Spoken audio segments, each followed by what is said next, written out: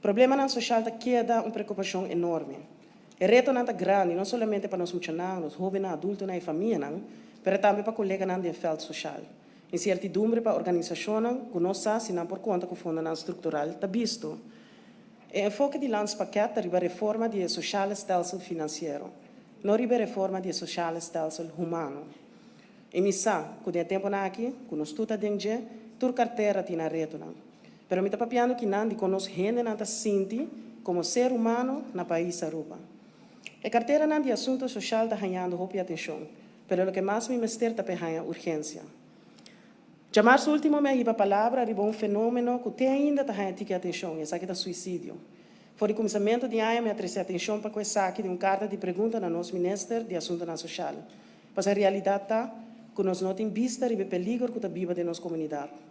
Nos falta cifra, falta de conhecimento do povo e falta de atenção para o que essa aqui está de manejo. Como reizado psicólogo missa que o tema aqui está dividido. Mas a literatura está vista que se você ter atenção para o que é problemática aqui, você estimular outro gente para cometer ato aqui. Pero a publicação recém já está estimular para nós papéis de jeito e incluir manejo de prevenção. Nós espera gente, nós gente não, que não há com outra salida. Trembus Institute, que é um Kennis Institute, a publicar artigo 23 de março 2022, titulado Suicide praat erover, juist nu.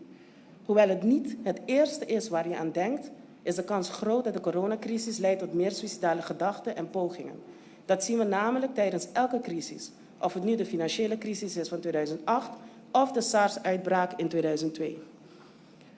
In realidade, está nos turpo em depressão. Mais fácil ainda se você tem depressão na família.